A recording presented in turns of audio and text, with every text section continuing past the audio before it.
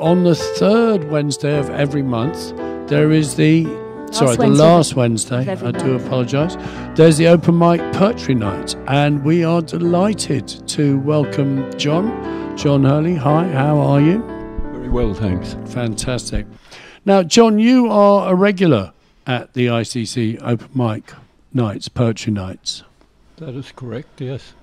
And you're a poet yourself. You're a poet yourself. Yes.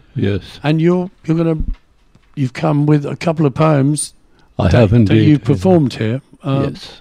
Where does the open mic poetry session take place? Is it here in the foyer? Yes, in the foyer. Yeah. Great. You were telling us a little bit earlier, before the show started, about what your poetry touches on. There seemed to be a theme of loss in there. Yes, I'm so aware of things that have vanished from the Irish scene, and I've drawn my memory a bit from my childhood and the early days, and I've written a couple about things that have largely disappeared now in Irish society. And your early days, were they here in London? Or no, my early days home? were in Ireland. Where? And my first memory is going to a wake, which this has largely disappeared now in Irish society. They have rather posh funeral homes, and the locals call them the takeaways. And it's huge changes. In London, every time someone dies, we seem to put a wake on, and that to me that's new in London. It seems terrible that it's something that's dying out in Ireland. Well, it was my memory was the corpse was put on the living room table with pristine white sheets, and the neighbours gathered and they prayed right through the night. They distributed snuff and tobacco, and quite a few took some poteen along with them, to take the edge off the sadness. What part of Ireland were you from? Where are you from in Ireland, John? I come from a small fishing village called Glandore, which is between Skibbereen and Clonakilty. Okay. And now it has changed too, also, because now it's a millionaire's playground. And there's a lot of gentrification taking place in where I grew up. Mm-hmm. And any fishermen left at all?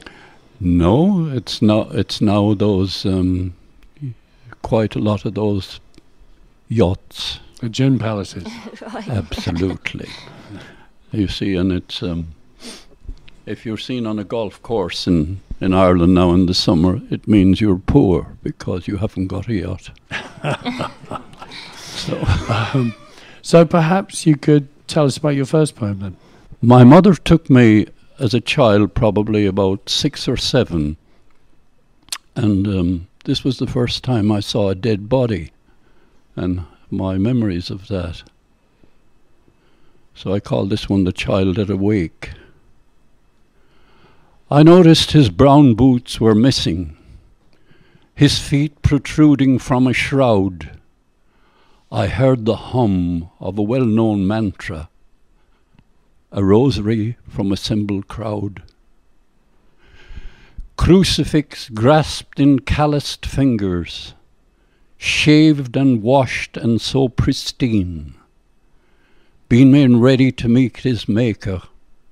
I had never seen him look so clean. In that room there was deep sadness. I shivered in the fading light as neighbours' beads sped through their fingers, their prayers repeated through the night. I should have prayed, but I was elsewhere, thinking of the songs he sung, For as his hammer struck the anvil, you felt as if the church bells rung. The glowing fire and the clack of bellows, shaping crimson metal to his will, hot steel hissing in cold water, a compliant horse just standing still. Ivy-covered forge now stands deserted, hammer and tongs strewn on the floor.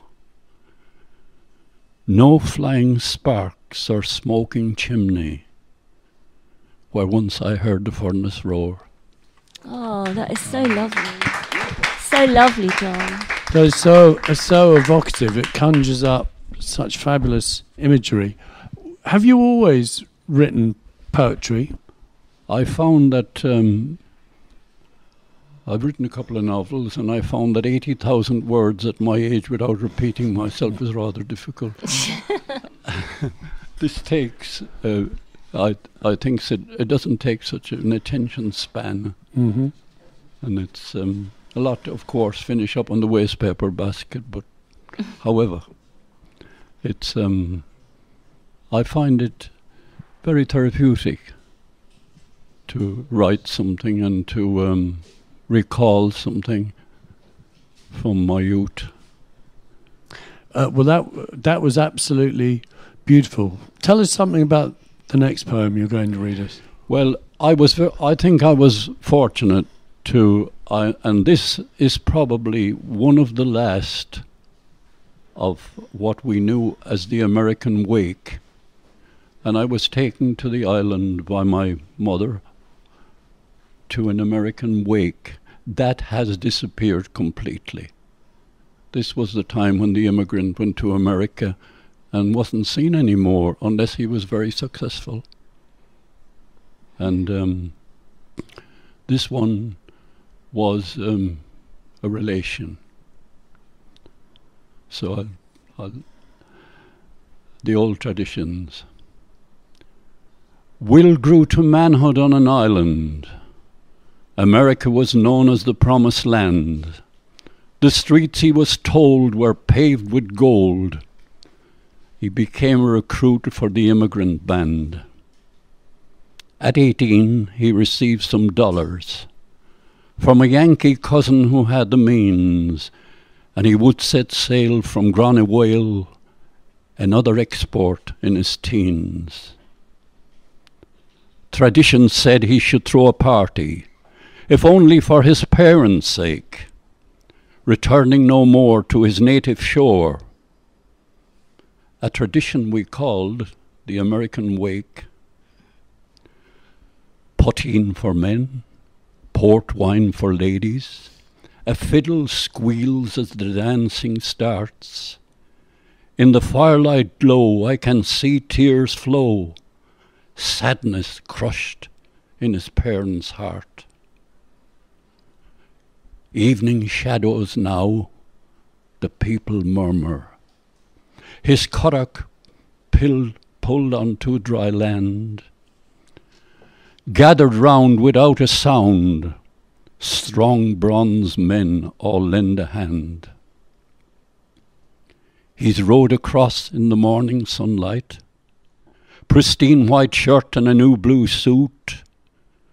Men do not cry when they're saying goodbye. They shake hands, slap backs, and stand mute.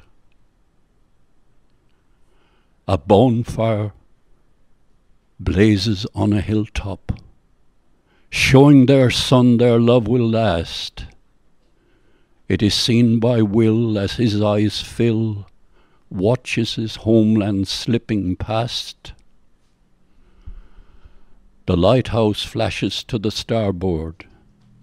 A liner sails west against the sky. Seagulls complain. Do they feel his pain as he sees the tear in Ireland's eye? Oh, that is so lovely. Oh. It's so beautiful.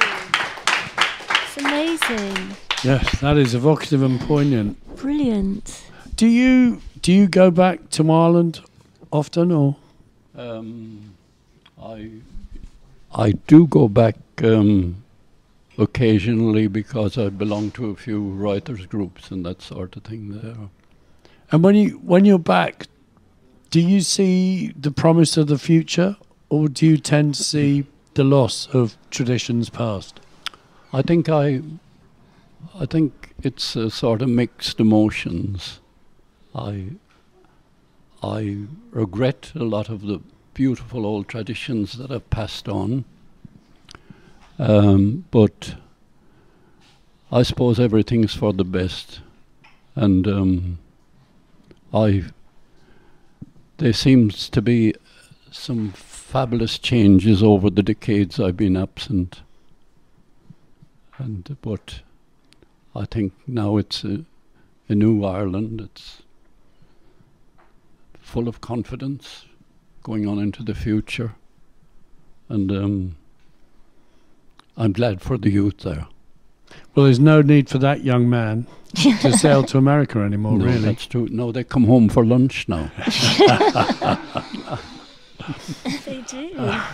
I think we've got time for one more, perhaps two. What were you going to read to us next? Continuing about loss. This was written when sometime after losing somebody very close and very dear to me. When the floodgates of my memory are flung open, I see ghosts of long dead people passing through. Then I wallow in the depths of melancholia, with pain undimmed by time and missing you. The seat beneath the rose tree in our garden, where you watched your washing on the line, and the roses in a wintry blast have perished, yet in my vivid dreams it's summer time. When evening stars pin back the dark night's curtain, and day's end has stilled the traffic roar, in fantasy I see us, arms entwining, and wishing that things were as before. On crowded streets, I think I see you walking. I even feel I smell your sweet perfume. It's the yearning of a wild imagination, rays of sunshine in a dark, pervading bloom. At night, I kiss your picture by my bedside. In dreams, I hear you call my name. Then at dawn, there is a sad awakening, and a portrait in a lovely silver frame. Wow. That's so beautiful. That's so lovely. Wow. So, John, that was beautiful. Tell us a little bit about the Wednesday nights, the last Wednesday of every month. It takes place right here in the ICC. Yes, and it's welcoming, I take it. From my point of view, I get a great deal of pleasure from coming to these nights. The ICC has a wonderful atmosphere. There's a warmth in the welcome here, both from staff and volunteers, and I feel it's wonderful that people can bring in their own writing and showcase it and get probably feedback from what they've done over the course of the month. And I think I sincerely hope it, and I sincerely hope it will go on into the future. And something that always comes to my mind on those evenings is a very wonderful man we lost some time ago here, Neil MacDevitt.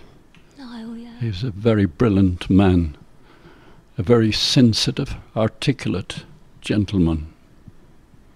May the sod rest lightly on him. Yeah. Indeed. As we record the show, Piers, it's Niall's birthday today. He would have been 56 today, but he died in September. Thanks for remembering him. Yes, thank you, John. And we'd urge you all to come down last Wednesday of the month here. It's, what, about 6 o'clock, is it? It is, and Ruby's actually one of the MCs of the evening. Great. So if that's the quality of work, it's absolutely 100% worth getting on down here. Yeah, it's wonderful. Thank you, John, for sharing those. John, thank you for sharing those. Whoa, brilliant. And the next edition of that will be Wednesday the 22nd of March.